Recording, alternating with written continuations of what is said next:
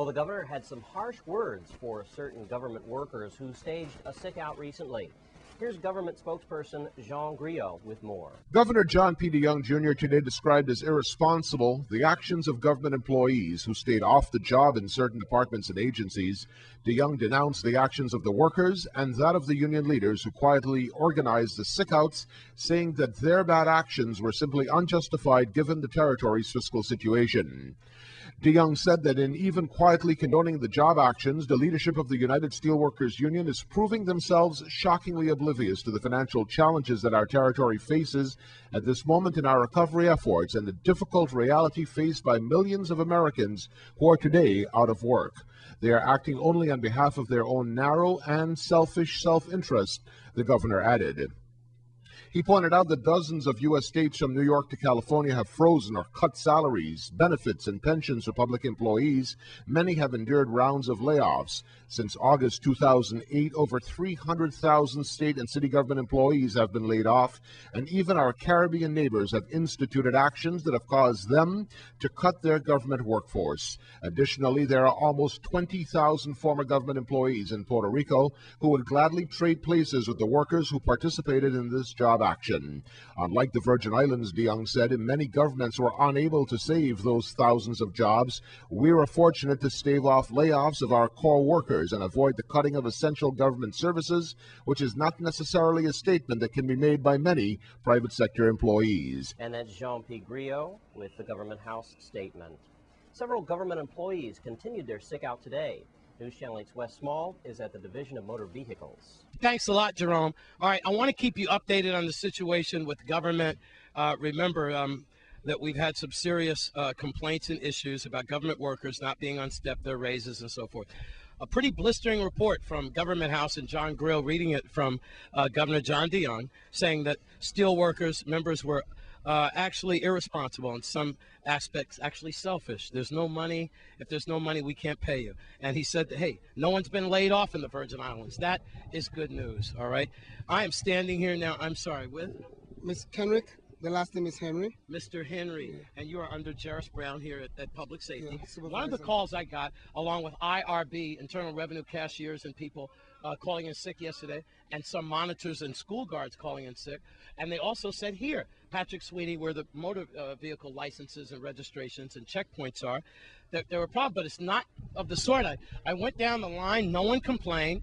I went around here and asked people, no one said, no, there's no delays. And I went inside, Mr. Henry invited me, and I asked everyone, you know me, with my mouth, and not one person said, I want to air my complaints or that there's disgruntled. So, Mr. Henry, have you had anyone from your operation call in sick or be late or protest? Yeah, we had 3 employees, data entries, calling sick this morning.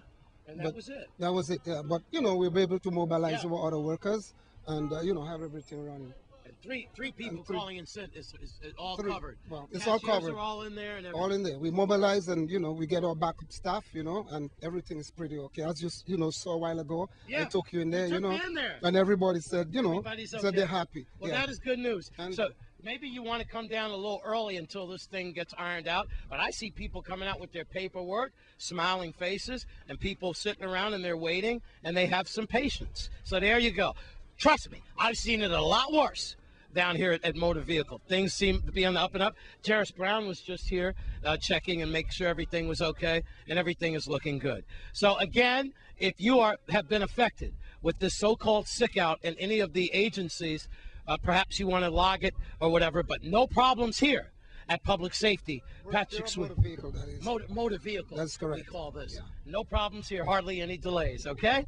All right, with that, I'm Wes Small for News Channel 8. Thanks, Wes, and when we come back from this break, your Caribbean Report is next.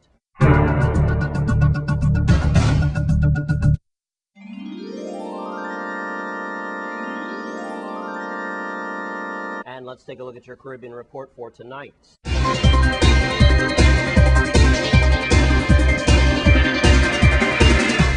Jean-Claude Baby Doc Duvalier has applied for a new passport and says he intends to leave Haiti when he gets it.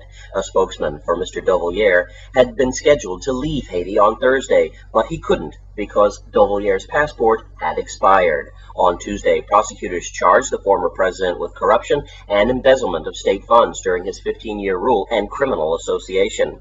There have been reports that Mr. Duvalier wants to play a political role in Haiti, but he has denied having any intention of waiting in the country's post-election political crisis.